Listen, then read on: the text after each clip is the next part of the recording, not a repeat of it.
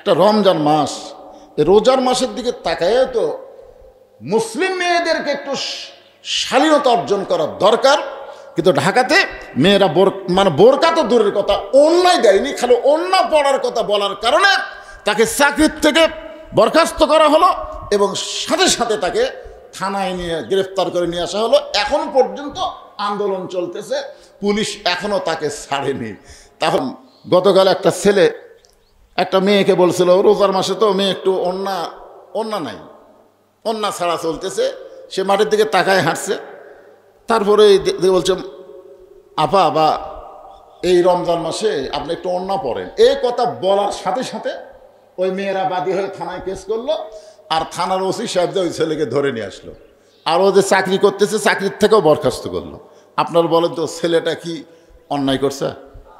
একটা রমজান মাস, এই রোজার মাসের দিকে তাকায় তো মুসলিম মেয়েদেরকে একটু শালীনতা অর্জন করা দরকার।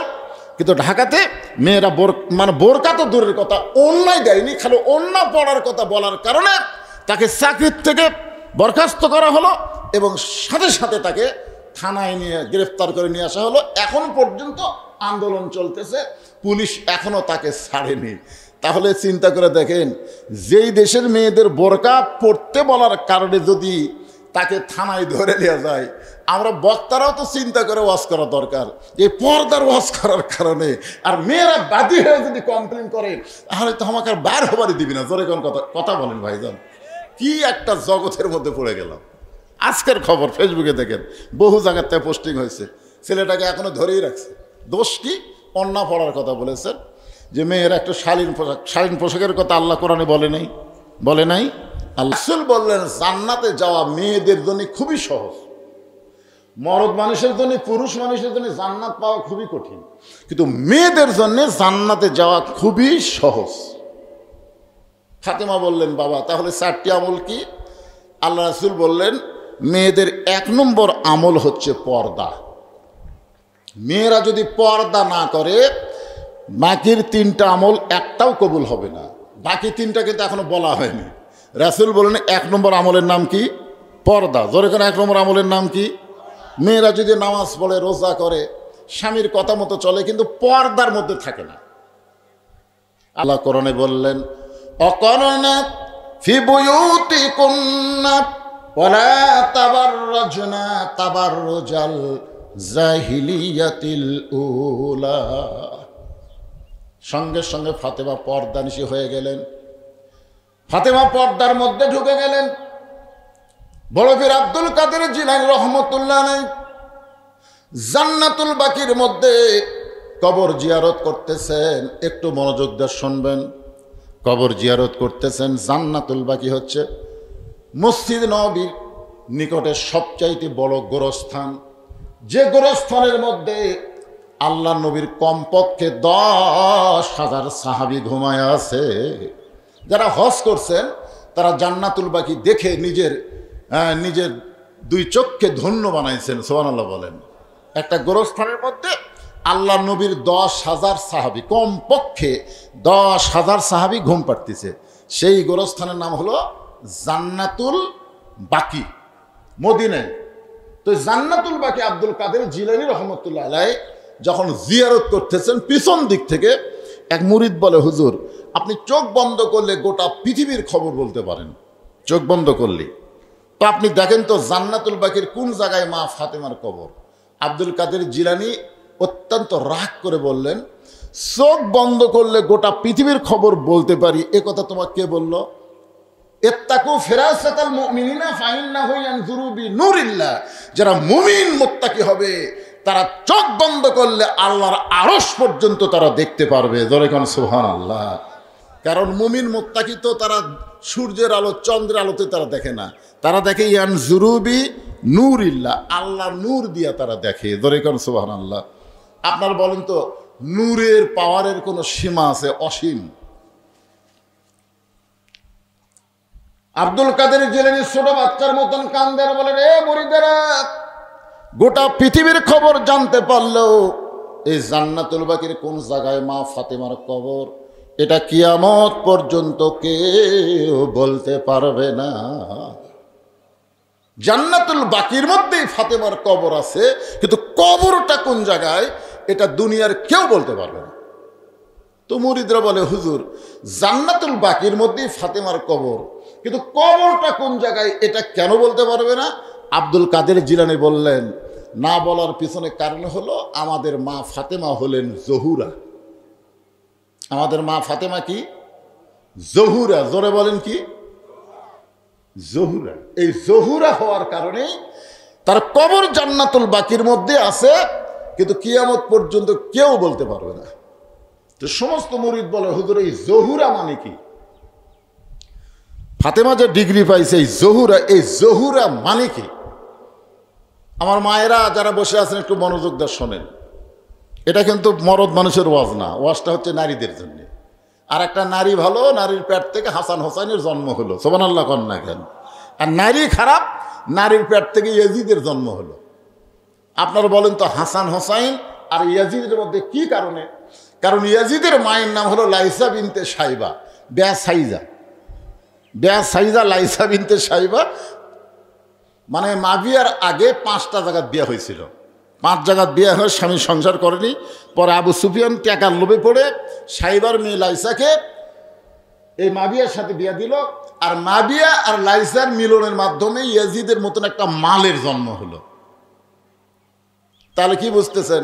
একটা নেপোলিয়নও বলেছে, তোমরা যদি ভালো একটা সন্তান চাও তাহলে ভালো একটা মায়ের দরকার। জোরে কোন কথা ঠিক কিনা?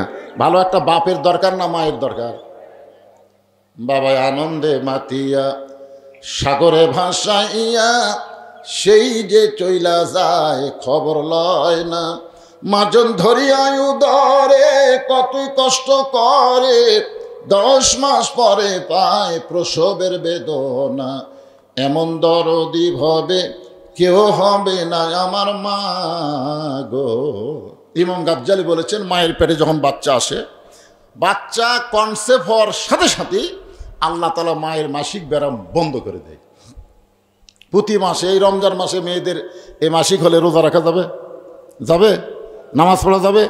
কোরআন শরীফ স্পর্শ করা যাবে? যাবে না। কারণ এই একটা অসুখ হলে কোনো ইবাদত করা যায় না। কিন্তু যখনই পেটে বাচ্চা আসে তখন আল্লাহ মাসিক বন্ধ করে দেয়। কারণ কি? ইমাম গাজ্জালি বলেছেন, পেটে বাচ্চা থাকা অবস্থায় মায়ের যেন কোনো ইবাদতের কমতি না হয়, এই জন্য আল্লাহ অসুখ বন্ধ করে দেয়। কারণ মায়ের ইবাদতের সাথে পেটের বাচ্চার আল্লাহ একটা সম্পর্ক করে দেয়। জোরে কান সুবহানাল্লাহ। আমার এলাকার এক ছেলে কয়, হুজুর 11 মাস আমার খিদা লাগে না, কিন্তু রোজার চাঁদ উঠলে আমার খিদা লাগে। হুজুর 11 মাস আমার খিদাই নেই, কখনকার খাওয়া কখন খাই, কিন্তু এই রোজার চাঁদ উঠলে কোথ থেকে যে এত খিদা শুরু হয় হুজুর, খালি খাবারই মন চায়। তা আমি কইলাম, এই ব্যারাম হওয়ার পিছনে কারণ হলো তোর মা বাঁচা আছে? আছে। যা জিজ্ঞেস কর। তা আমার কথা মতো যা জিজ্ঞেস করছে, মা রমজান মাসে আমার খিদা বেশি কেন? তো মা বলতেছে, এই সর্বনাশ করছে তোর দাদি।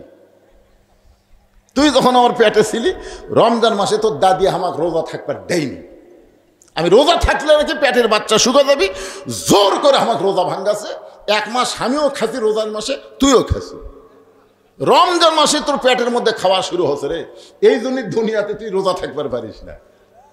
বুঝছেন? মা যখন পেটে বাচ্চা নিয়ে রুকুর থেকে সেজদা যায়, বাচ্চার বয়স 4 মাস 5 মাস এরকম হয় না? রুকুর থেকে সেজদা গেছে, পেটের মধ্যে বাচ্চা দমল খাচ্ছে। ফেরেশতাকে, আল্লাহ দেখো তোমার বান্দি নামাজ পড়বার যে পেটের বাচ্চার কত কষ্ট হয়। আল্লাহ বলে, সাক্ষী থাক, যেই মা পেটে বাচ্চা নিয়ে নামাজ পড়তেছে, ও মা শুধু নিজে নামাজ পড়তেছে না, পেটের বাচ্চাকেও নামাজি বানিয়ে দিচ্ছে। জোরে কান সুবহানাল্লাহ। এই জন্য একটা মা যদি ভালো হয়, মায়ের পেটের বাচ্চাও ভালো হবে। আজকে যারা প্রকাশ্যে সিগারেট খাওয়ার মিছিল করতেছে রমজান মাসে, খুঁজলে দেখেন এরা সব বেজন্মা, এদের জন্মের ঠিক নেই, এরা যারও সন্তান। জোরে কোন কথা ঠিক কিনা? রমজান মাসে হোটেলের দরজা কালো পর্দা দিয়ে ভিতরে যারা খায়, খুঁজলে দেখেন এদের জন্মের ঠিক নেই। খুঁজলে দেখেন জন্মের ঠিক নেই। কি মনে করছেন? মনে করতেছে আমরা সেই মরদ, তোরা সেই মরদ, হিজড়ার জাত। কেরে মরদ মানুষের পর্দা করা লাগবে কেন? হোটেল দরজা কালো পর্দা ভিতরে খাস, তোরা কি মরদ? রমজান মাসে কালো পর্দা ভিতরে যারা খায় এরা মরদ না, হলে হিজড়ার জাত। জোরে কোন কথা ঠিক কিনা? আমার মা ফাতেমা এই জহুরা ডিগ্রি কেন? সমস্ত মুরিদ যখন বলে হুজুর এই জহুরা মানে কি, আব্দুল কাদের জিলানী বললেন তাহলে শোনো। হযরত আলী এশার নামাজ পড়ে বাড়িতে গেছে। কোন নামাজ? এশার নামাজ পড়ে বাড়িতে গেছে। যায় দেখে ঘর সুন্দর করে সাজানো, ফাতেমা সুন্দরী সাইজা গুইজা বসে আছে, হাসান হোসেনকে সুন্দর করে সাজাই দিছে। এখন বলেন একটা পুরুষ মানুষ ঘরের মধ্যে ঢুকাই যদি দেখে ঘরও সুন্দর, বউ সুন্দর, সন্তানগুলোও সুন্দর হয়ে, তাহলে মরদ মানুষের মনে একটা আলাদা জান্নাতি শান্তি আসে। জোরে কেন আসে? আসে না? আপনার বাড়ির মধ্যে যায় দেখবেন তো বউ কি সাজা গুজা থাকে? বউ যখন কোনো জায়গার যায় তখন সাজে, একের ভালো কাপড় পরতেছে, ভালো মালা, হাতত বালা, এরকম কাপড় যখন পরতেছে, স্বামী মন ভার করে বসে আছে। বউ বলে কে গো মন ভার কেন? স্বামী বলতেছে আমার মনে হয় তুমি কোথায় যাবা, তুমি কোথায় যাবা, কারণ তুমি যখন যাও তখন সাজো, কিন্তু আমার কাছে তুমি কোনোদিন সাজো না। বউ বলতেছে তোমার কি ভীমরতি ধরছে, আমি অমুক জায়গায় যাবো এই জন্য তো সাজা গুজে যাচ্ছি। আমি মা বোনদের জন্য বলি, মা কোনো জায়গায় যখন যাবেন তখন সাজা সম্পূর্ণ হারাম, কালো রঙের বোরকা পরে যাওয়া লাগবে। আর যতক্ষণ ঘরে থাকবেন স্বামীর জন্য কেবলমাত্র এক ব্যক্তির জন্য মেয়েরা সাজতে পারবে, সেই ব্যক্তি হলো তার স্বামী। জোরে কোন সুবহানাল্লাহ। তাহলে মেয়েরা কার জন্য সাজা? আপনাকে এলাকার বইয়েরা কার জন্য সাজা? কোনো জায়গায় যখন যায় তখন সাজে, স্বামীর সামনে কইলে ভেট কি করার টাইম আছে? হযরত আলী আল্লাহর শুকর আদায় করার সঙ্গে সঙ্গে ফাতেমা দুইটা সন্তানকে বুকের মধ্যে নিয়ে কানে কানে বলতেছে, বাবা তোমরা দুই ভাই একটু অন্য ঘরে যাও, তোমার বাবার সঙ্গে আমার গোপন কিছু গল্প আছে। ফাতেমা দুই সন্তানকে বুকের মধ্যে নিয়ে কানে কানে বলতেছে যে তোমরা দুই ভাই একটু অন্য ঘরে যাও, তোমার বাবার সঙ্গে আমার গোপন কিছু গল্প আছে। হোসেন একটু ছোট তো, হাসান বুঝবার পারছে যে মা সাইজা গুইজা বসে আছে, আর বাবা ঢোকার সাথে সাথে আমাকে অন্য ঘরে যাওয়ার কয়, বাবার সঙ্গে গোপন কিছু গল্প আছে। বোঝা গেছে আমার মা বাপের সাথে কি করবে। এটাকে ছোট বাচ্চা যখন বুঝবার শিখবে তখন তাদেরকে ঘরে রাখা জায়েজ। একজন দুইজন করলে সবাই বুঝতে পারতেছেন না। আপনার বাচ্চা যখন বোঝার মতন বয়স হবে তখন স্বামী স্ত্রী ভালোবাসা করতে গেলে ওই সন্তানকে চেতন থাকা অবস্থায় হবে না। ঘুমায় গেল তো সন্তানরা এখন বুঝতেছেন না, খুব চালাক, হয়তো ঘুম আসেনি, ঘুমের ভান করতেছে, ও দরকার নেই। স্বামী স্ত্রী মহব্বত করবার গেলে 2 বছরের বেশি যদি বয়স হয় দাদির ঘরত নয় চকলেট দিয়ে অন্য ঘরত পাঠিয়ে দেওয়া লাগবে। ওই সন্তান ঘরে থাকা অবস্থায় স্বামী স্ত্রী কোনো মহব্বত করা যাবে? কথা বলেন না কেন? যাবে। যতক্ষণ দুধ পান করবে ততক্ষণ সন্তানের সামনে আপনার বউকে আদর করলে ওই দেখবার পারবে কিন্তু বুঝবার পারবে না, কারণ দুধ পান করা অবস্থায় তার জেহানি শক্তি তার কাছেই থাকে, দূরে যায় না। আমার কথা কি বুঝলেন? মাতার যে জেহানি শক্তি ওর কাছেই থাকে, দূরে যায় না। যখনই মায়ের স্তন খাওয়া ছেড়ে দিবে তখন ওই জেহানি শক্তি এটি থাকে না, কমপক্ষে 2 ঘন্টা দূরে যায়। আপনি যদি ওর সামনে আপনার স্ত্রীকে আদর করেন, ও বাড়ায় এসে বলতে পারে 2 ঘন্টার মধ্যে কারোর সাথে দেখা হয়। 2 ঘন্টা? কয় ঘন্টা? 2 ঘন্টা পরে ভুলে যাবে। 2 ঘন্টার মধ্যে কারোর সাথে যদি দেখা হয়, যদি হয়, আর যদি বলে আব্বা তাই মাছ চাপা ধরছিল রে, এ কথা যদি বলে, হাসার কথা না তো। চিন্তা করে দেখেন ইসলাম কত সুন্দর। নিজের হালাল বউকে আদর করবার গেলেও নিজের বাচ্চার সামনে করা যাবে না, এরই নাম হলো ইসলাম। জোরে কোন সুবহানাল্লাহ। হাসান হোসেন 2 ভাই যখন অন্য ঘরে, এমন সময় ফাতেমা ঘরের দরজাটা বন্ধ করে দেয়। আপনারা বলেন তো, সন্তান 2টাকে বের করে দিয়ে বউ যখন দরজা বন্ধ করবে তখন স্বামীর মনে কেমন হয়? যত বড়ই হুজুর হোক, যত বড়ই হুজুর হোক, বাচ্চা 2টা বের করে দিয়ে বউ যদি দরজা বন্ধ করে দেয় তখন কি আর হুজুরগিরি চলবি? চলবি? আপনার কোন আমি যত বড়ই বক্তা হয়, আমি বইয়ের কাছে যাও বক্তা? আরে আমি তো একটা সাধারণ, আল্লাহর নবী পর্যন্ত নবী ছিলেন না, জানেন? নবী বসে আছেন, উম্মাহাতুল মুমিন আয়েশা যখন ঘরের মধ্যে ঢুকছে, নবী আস্তে করে উঠে দরজা বন্ধ করে দিলেন। মা আয়েশা থরথর করে কাঁপতেছে। রাসূল বলে, আয়েশা কাঁপো কেন? বলে আপনার জুতার পরশে আল্লাহর আরশ ধন্য হয়ে গেছে। সেই ঘরের মধ্যে যদি কোনো বেয়াদবি হয়, আল্লাহ রাসূল আয়েশা একজন নবীর জুতার পরশে আল্লাহর আরশ হয়েছে একজন নবীর। আয়েশা বলে, হুজুর আপনি তো সেই নবী। রাসূল বলে, পাগলি, সেই নবী ছিলাম, সেই নবী ছিলাম যতক্ষণ দরজা খোলা ছিল, কিন্তু দরজা বন্ধ হয়েছে, এখন আমি আর নবী আছি। তাই সে বলে, হুজুর এখন আপনি কি? বলে, আমি হলাম স্বামী, তুমি আমার বিবি। সবসময় নবী থাকা যায় না, এখন স্বামী স্ত্রী মহব্বত করবো, দরেগান সুবহানাল্লাহ। আপনার বলেন তো সবসময় হুজুর থাকা যায়? সঙ্গে সঙ্গে হযরত আলী মাথার টুপি খুলছেন।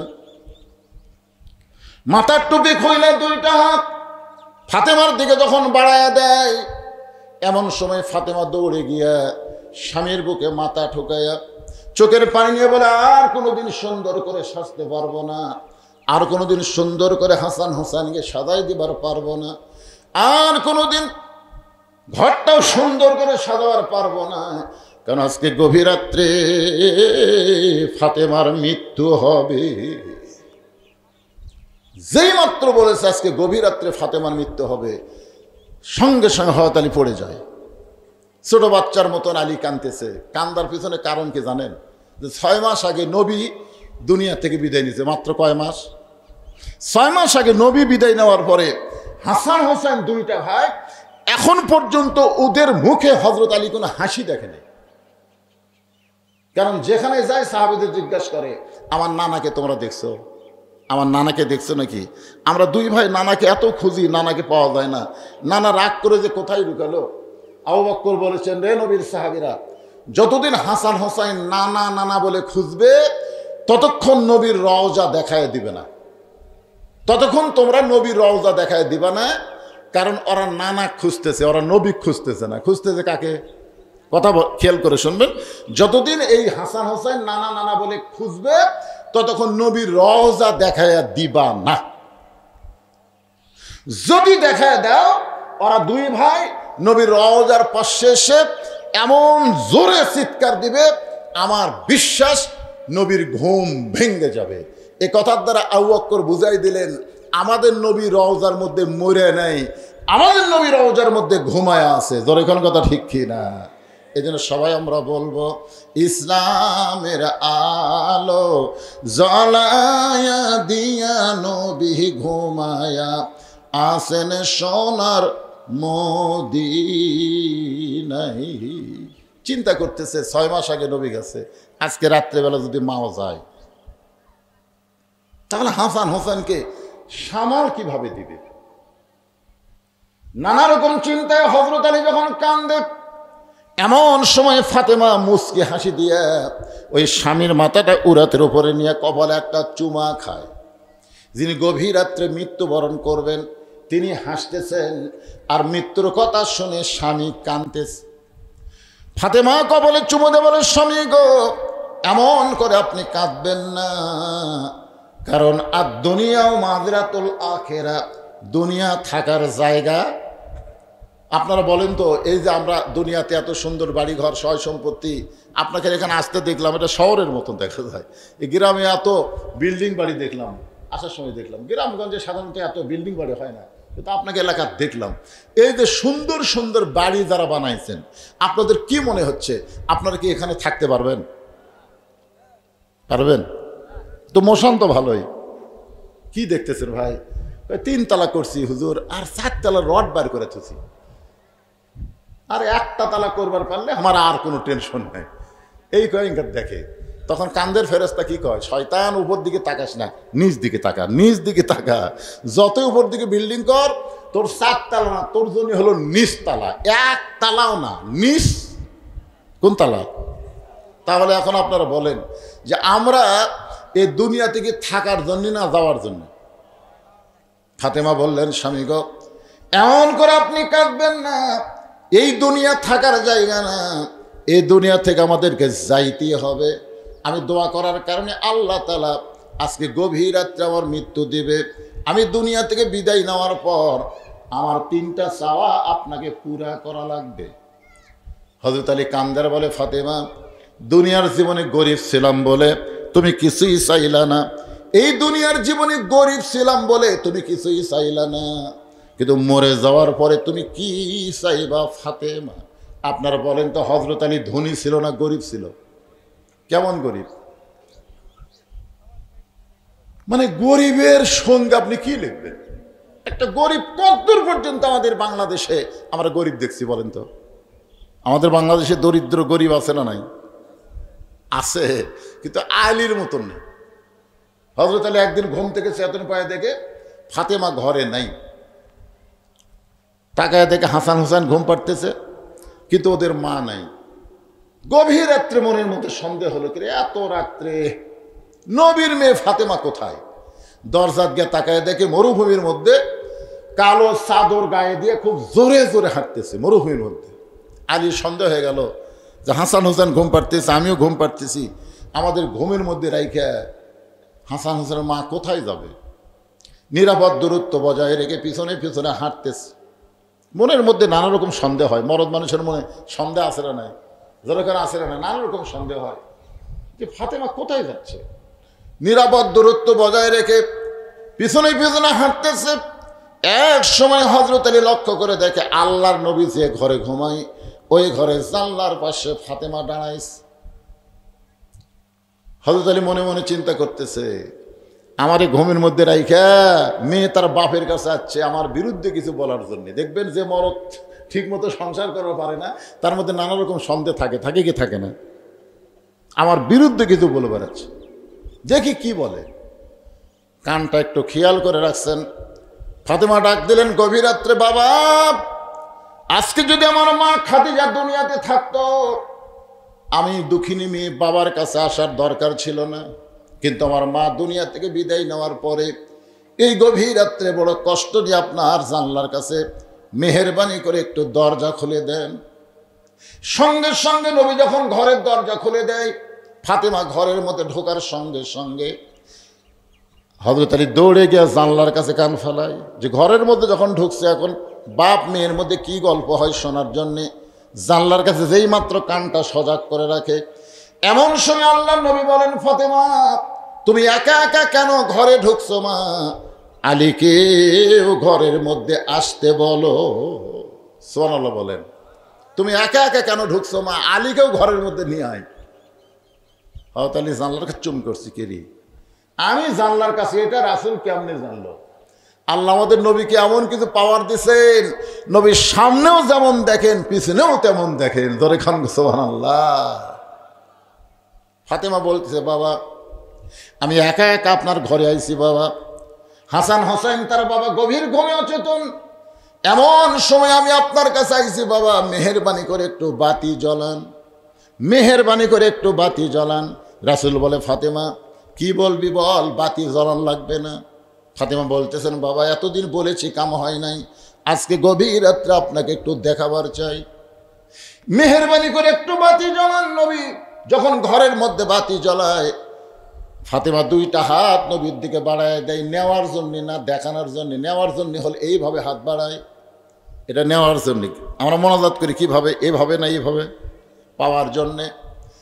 দুইটা হাত বাড়ায় যদি কোনো মুসলমান মনে করে আমার মোনাজাত কবুল হয়নি, তাহলে মনে করাটাই হলো একটা গুনার কাজ।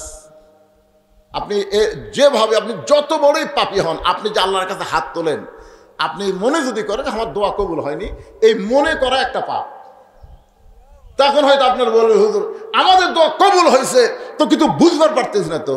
আরে পাগলা, বুঝবা কেমনে? তোমার দোয়া যে কবুল হয়েছে, তোমার দোয়ার দাম হলো 500 টাকা, আর তুমি চাচ্ছ 1 টাকা। তোমার দোয়ার দাম কত? ছোট একটা বাচ্চা মায়ের কাছে বায়না দিচ্ছে আইসক্রিম খাবে, আইসক্রিম খাবে, 1 টাকার আইসক্রিম।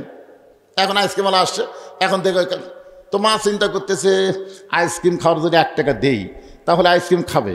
খাওয়ার পরে যদি সর্দি গরমি হয়, লাগতে যদি ভেড় বেড়িবার হয়, যদি জ্বর হয়, মা কিন্তু বিশাল 1 টাকার আইসক্রিম কোনো ব্যাপার না, কিন্তু খাওয়ার পরে যদি আর অসুখ হয়, টাকা থাকার পরে মা কিন্তু না টাকা নাই, 1 টাকা নাই, দেওয়া যাবে না। আসলে মায়ের কাছে টাকা নাই, যখন আসে না নাই, কিন্তু মা দিচ্ছে না কেন? দিলে বাচ্চাকে মা এত ভালোবাসে যে সামান্য আইসক্রিম খালি তো তুই মজা পাবো, কিন্তু পরের ঠেলা এই জন্য মা 1 টাকা দেয় না। আর বাচ্চা মনে করে মা আমার কীর্পন, এই কয়ে মাটির গড়াগড়ি দিয়ে কান দিচ্ছে, সেই কান্দা। ইতিমধ্যে বাপ আছে, বাবা সে কে আমার নবাবজাদা নসরুল্লাহ কান দেখেন। মা বলতেছে আইসক্রিম খাবে, টাকা দেয়নি, তাই কান দিচ্ছে। বাপ 500 টাকা বের করে দিচ্ছে, যা আইসক্রিমের বাক্স কিনা খা, মানে গোটা বাক্স কিনা খা। ওই 500 টাকা পাইয়া বুঝছেন মলা যেরকম এরকম করতেছে। বাপ কয় কে রে, 500 টাকা দিলাম, তাও কামদের ভলম বেড়ে দিছে। মা বলতেছে তোমার বেটাকে 500 টাকা দিছো, মিসিনে ওকে 1 টাকা দাও। যে 1 টাকা দিতে 500 ফেলে দিয়ে 1 টাকা মারছে তো। আজকে দুনিয়ার মানুষ চায় 1 টাকা, কিন্তু আল্লাহ কবুল করছে 500 টাকা। এখন কয় টাকা? এখন 500 টাকা দুনিয়াতে আল্লাহ দিচ্ছে না, কারণ দুনিয়া তো সামান্য কয়দিনের রে পাগলা। তোর দোয়া কবুল করে দুনিয়াতে দেই তো সামান্য কয়দিন, তুই কি করবি? আখিরাতের জগতের শুরু আছে, শেষ নাই। প্রত্যেকটা দোয়ার রেজাল্ট আমি আল্লাহ তোমাদেরকে আখিরাতে দিয়ে দিব। ধরে কোন সুবহানাল্লাহ। বুঝবার পারে না, মনে করে আল্লাহর বোধহয় দেওয়ার নাই, আল্লাহর দেওয়ার ক্ষমতা নাই। মায়ের কি 1 টাকা দেওয়ার ক্ষমতা নাই? কিন্তু দেয় না কেন? দিলে তো সর্দি কর্মী হবে। দুনিয়াতে আল্লাহ দিলে দোয়া কবুলের রেজাল্ট যদি সাথে দেয়, 4 তলা 5 তলা 10 তলা 20 তলা বানাবি, কারণ উপর দিকে যাবি, নিচে নামার কথা আর খেয়ালই থাকবি না। জোরে কোন কথা ঠিক কিনা? যেরকম হাসিনা নিচে নামার কথা, হাসিনার খেয়ালই নেই। কারি ভাই 41 সাল 42 সাল কেড়ে পাগলা, খালি উপর থেকে যাচ্ছি, নিচের দিকে নামবো না। এই জন্য বুঝলেন, আল্লাহ সব দোয়া, আপনি যখনই দোয়া করবেন বিশ্বাস করতে হবে আল্লাহ আপনার দোয়া কবুল করেছে, রেজাল্ট দিবে আখিরাতে। ঠিক কিনা বলেন? হ্যাঁ। কিন্তু ফাতেমা 2টা হাত আল্লাহর নবীর দিকে বাড়ায় দিস, কিছু পাওয়ার জন্যে না। 2টা হাত এভাবে যখন তুলে ধরেছে, নবী বাতির আলোতে দেখতে পায় 2টা হাতের তালু আছে, কিন্তু চামড়া নাই। 2টা হাতের তালু আছে, কিন্তু চামড়া নাই। ওই জাঁতা ঘুরাইতে ঘুরাইতে, গম আর জবের আটা করতে করতে, জাঁতা ঘুরাইতে ঘুরাইতে, 2টা হাত ধরে ঘুরাতে ঘুরাইতে হাতের ফসকা পড়ে গেছে। আবার যখন ফসকা অবস্থায় যখন জাঁতা ঘুরাই, ওইটা হাতের চামড়া উঠে গিয়ে 2টা হাত গোস্তের মতন দেখা যায়। 2টা হাত গোস্তের মতন দেখা যায়। ফাতেমা বলে, বাবা আমার হাতের যে অবস্থা, বাবা যদি আমার মা থাকতো আমি মাকে দেখাবার পারতাম, কিন্তু মা দুনিয়াতে নাই। এখন আপনি আমার মা, আপনি আমার বাবা। আমার স্বামী ঘুমায় আছে, আমার শয়তান সন্তান 2টা ঘুমায় আছে। আমার সন্তান এবং স্বামী ঘুম থেকে যখন চেতন পাবে, ওরা খাবার চাবে, আমি খাবার দিবার পারবো না, কারণ এ হাত দিয়ে জাঁতা কেমনে ঘুরাবো। বাবা মেহেরবানি করে 2টা দিনের একটু খাবার আমাকে দেন। আমার হাসান হোসাইন তার বাবা যেন বুঝবার না পারে, আমি তাদের বুঝতে দিব না। কারণ বাবার কাছে কষ্টের কথা বলা যায়, কিন্তু স্বামীর কাছে সন্তানের কাছে কেমনে বলবো। বাবা মেহেরবানি করে একটু খাবার ব্যবস্থা করেন। সঙ্গে সঙ্গে নবী ঘরের কোনায় গিয়ে বলে, আল্লাহ দুনিয়ার কত ধনী ধনী যুবক আমার ফাতেমাকে বিয়ে করতে চাইছিল, কিন্তু আপনি সেই চাওয়াকে প্রাধান্য না দিয়ে গরিব আলীর সঙ্গে ঘটকালি করলেন। এখন আমার মেয়ের কষ্ট আমি বাবা হিসেবে দেখতে আমার বড় কষ্ট লাগে, আমার অন্তরে করে যায় আঘাত লাগে। এই কথা নবী যখন আল্লাহকে বলতেছে, সঙ্গে সঙ্গে মাথায় ঘোমটা দিয়ে ফাতেমা ঘর থেকে বাইরে যায়। রাসূল বলে, ফাতেমা আমি তো তোর বিরুদ্ধে কিছুই বলিনি, মা তুই কেন ঘর থেকে বাইরে যাস? ফাতেমা বলে, বাবা আমি 2টা দিনের সাহায্য চাইছিলাম, তাই বলে আমার স্বামীর বিরুদ্ধে আপনি আল্লাহকে বলবেন? আমার কলিজার টুকরা স্বামীর বিরুদ্ধে আপনি আল্লাহকে বলবেন আমি ঘরের মধ্যে থাকবো? এমন বিবি আমি না। আপনি বলেছেন আল্লাহর পরে কাউকে যদি সেজদা দেওয়ার হুকুম থাকতো, তাহলে প্রত্যেকটা বিবিকে বলতাম স্বামীর পায়ে সেজদা করো। আমি সেদিন থেকে বিশ্বাস করেছি আমার আল্লাহর পরেই আমার হাসানের বাপ আমার কাছে সব চাইতে দামি। আলী কান্দার বলে, ফাতেমা রে দুনিয়ার জীবনে করেছিলাম বলে কিছুই দিবার পারলাম না, আজকে মরণের রাতে তুমি কি চাইবা ফাতেমা? ফাতেমা বলে, স্বামী গো আমার 1 নম্বর চাওয়া হলো রাতের অন্ধকারই আমাকে দাফন করবেন, রাতের অন্ধকারই আমাকে দাফন করবেন।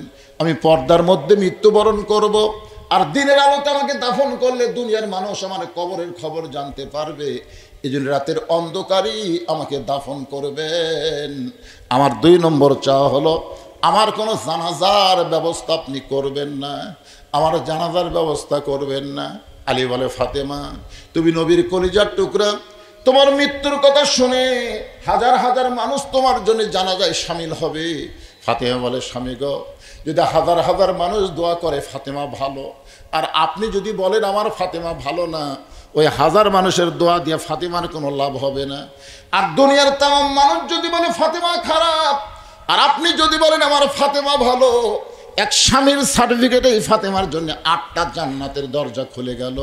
পুরুষ মানুষের জানাজা দরকার, কিন্তু মেয়ে মানুষের জানাজার কোনো দরকার নাই। আপনি শুধু দোয়া করে আমাকে দাফন করলে আমার যথেষ্ট হবে। আমার 3 নম্বর চাওয়া হলো, আমার লাশটা খাটনিতে আপনি তুলবেন না। কারণ আমি ফাতেমা হিসাব করে দেখলাম, একজন মহিলা মারা গেলে তার লাশের খাটনি সবাই কান্দে নিবার পারবে না। একটা মেয়ে মানুষ মারা গেলে কোনো পুরুষ মানুষ কান্দে নিবার আগে চিন্তা করা লাগবে সেই মেয়েটার লাশ কান্দে নেওয়ার যোগ্য কিনা। আমি ফাতেমা চিন্তা করে দেখলাম, আমার বাবা যদি দুনিয়াতে থাকতো, মরা মেয়ের লাশের খাটনি বাবা কান্দে নিবার পারত। আমার হাসান হোসেন যদি বড় হইতো, মায়ের লাশের খাটনি কান্দে নিবার পারত। কিন্তু আমার বাবা 6 মাস আগে দুনিয়া থেকে বিদায় হয়ে গেছে। আমার হাসান হোসেন এত ছোট, এর আগে মায়ের লাশের খাটনি কান্দে নিবার পারবে? আপনি শুধু আমার লাশটা কান্দে করে নিয়ে ওই জান্নাতুল বাকির পূর্ব কোণে সবুজ রঙের একটা বাতি জ্বলবে, ওই বাতি বরাবর আমাকে দাফন করবে। আপনার কবর খুঁড়তে যদি কষ্ট হয়, আপনি একান্ত বন্ধুকে বলবেন সে যেন গোপনে কবর খনন করে দেয়। কবরের খবর যেন দুনিয়ার কোনো মানুষকে না বলে। হযরত আলী আবু যর গিফারির কাছে কবর খোঁড়ার কথা বললে, আবু যর গিফারি গভীর রাত্রে কবর খুঁড়লেন। কবর খোঁড়ার সময় কি যেন কয়েকটা কথা বলার কারণে কবরের ভিতর থেকে আওয়াজ আসতেছে, আবু যর, কার মা কার মেয়ে কার বিবে এইটা কবর দেখবে না। আমল যদি ভালো হয় কবর জান্নাতের বাগান হবে, আমল যদি খারাপ হয় কবর জাহান্নামের গর্ত হবে। আর এই দুনিয়া থেকেই কবরের পাথে আমাদের জোগাড় করা লাগবে। ছোটবেলায় একটা গজল শুনেছিলাম, কিন্তু যেদিন ডাক পড়িবে কবর মাঝে যাইতে, জোগাড় কিছু করছো বন্ধু তার মাঝে বিছাইতে। ডানে কবর বামে কবর নিচে কবর আছে যে, ওপর দিকে চাইয়া দেখো বাঁশের ছাউনি দিছে কে। হযরত আলী গভীর রাত্রে ফাতেমাকে দাফন করে আল্লাহর কাছে বলতেছে, আল্লাহ তোমার পর্দানিশী ফাতেমা দুনিয়া থেকে বিদায় নেওয়ার পরে আমি গভীর রাত্রে তাকে দাফন করে তোমার কাছে বলি, আল্লাহ এই ফাতেমাকে তুমি কবুল করে নাও, ফাতেমাকে কবুল করে নাও, কবুল করে নাও। 3 বার বলার পর হযরত আলী তাকায় দেখে সামনে কয়েকটা পুরাতন কবর দেখা যায়। এই মাত্র ফাতেমাকে কবর দিয়েছে, সেই নতুন কবর আর নাই। আলী কান্দের বলে, এখনই নিজের হাতে কবর দিলাম, সেই নতুন কবর কোন জায়গায়? পুরাতন কবরের ভিতরে নতুন কবর নাই। গোটা জান্নাতুল বাকি দৌড়ায় বলে ফাতেমার কবর।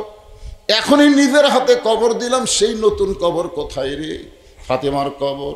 কে যেন গায়েব থেকে বলে, আলী ফাতেমা পর্দানিশী, আমি আল্লাহ জোহরা ডিগ্রি দিয়া ফাতেমার কবরটাকে কিয়ামত পর্যন্ত পর্দা করে দিয়েছি। আমার মায়েরা